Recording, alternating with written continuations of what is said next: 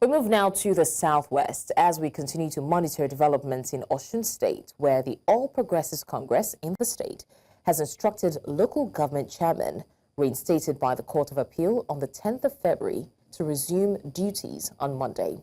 Now, in a statement issued on Sunday by the APC's Director of Media and Information, Kola Olabisi, the party dismissed social media reports advising the chairman against returning to office, labeling them as fake news propagated by anti-democratic elements. The APC reaffirmed its commitment to the rule of law and urged security agencies to ensure peace across local councils. It also cautioned parents to prevent their children from being used as political thugs, emphasizing the need for calm and order in the state. Meanwhile, Osun State Governor Ademola Adeleke has directed newly elected local government chairmen to steer clear of council secretariats to prevent unrest. Speaking at the swearing-in on Sunday, Adeleke urged the 30 chairmen and their deputies to focus on community development and uphold the PDP's manifesto. He praised the peaceful electoral process, commended security agencies, and thanked President Bala for maintaining stability. The Osun State Independent Electoral Commission declared PDP candidates winners of all 332 councillorship and 30 chairmanship seats. Now, Oyo State Governor Seyi Makinde has cautioned the All Progressives Congress against undermining democracy by resorting to self-help in local government administration in Osun State. Makinde issued this warning on Sunday during the swearing-in ceremony of the 30 newly elected local government chairmen in Osun State. He urged the APC not to exploit federal authority to disrupt democratic processes. Congratulating the newly elected chairmen, Makinde tasked them with delivering the dividends of democracy to their people and justifying the trust placed in them. Makinde, accompanied by the chairman of the People's Democratic Party Governors Forum and governor of Bauchi State, Bala Mohammed, attended the swearing-in event in Osogbo to show solidarity with the Osun State Governor, Ademola Adeleke. Judgment, there's a process. Let the process go through. It cannot, because you have so-called federal might,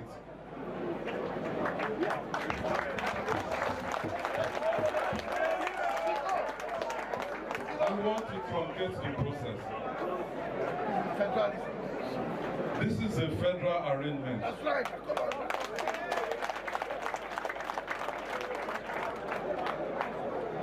So I'll just stop here. Say congratulations. Makinde, and we are with you. Thank you and God bless you.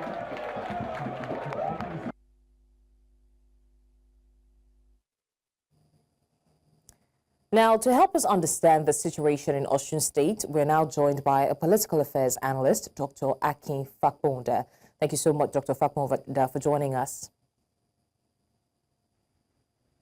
Good day to you. Good afternoon. Good afternoon to you too. Dr. Fapohunda, what are the potential implications of the Court of Appeal's reinstatement of APC local government chairman in Osun State? Well, it's a recipe for confusion. The problem we have now in the country is that the system, the polity is not well structured. So there are rooms for all kinds of things to happen with impunity.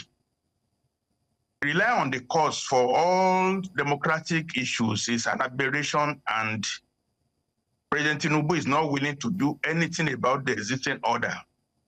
And it is not ideal at all. Anything can happen. Anything goes in Nigeria of today is very wrong. Okay, how also do you think that this power struggle between the APC and, the PDP in Osun State will affect the grassroots governance and the public trust, especially in democratic institutions? Well, we are used to doing the things in the same manner, in the wrong way. We cannot get a good result. Eventually, President Tinubu government will freeze the money coming to local governments in Osun State. We're back to what happened in Lagos State those days where federal government froze the account, the money coming from federal allocation to Lagos. So Osun State will be strangulated financially. Does Governor Adeleke, does he have the same access to money to run the local governments in the state the way Tinubu did it in Lagos those days? So we are going to, I don't know, there's no solution to it. The practical solution is to actually reform the polity. Local government is a duty of the second tier of government. Federal government has no right to interfere. Any interference will bring confusion. Now it's a matter of ego between Governor Adeleke and President Tinubu. Let's see who will blink first. Indeed. All right. Also, I want to ask, what broader political implications do you think that this could have between, or conflicts between state and court-backed officials set for the local government autonomy in Nigeria? It doesn't bode well at all. The polity of Nigeria will continue to fumble and wobble until we restore true federalism. Federal government will have limited functions. State government or regional government will have their defined functions. Federal government has no business interfering in the affairs of local government. And it's going to happen in many other states, not just going to be in Osun State.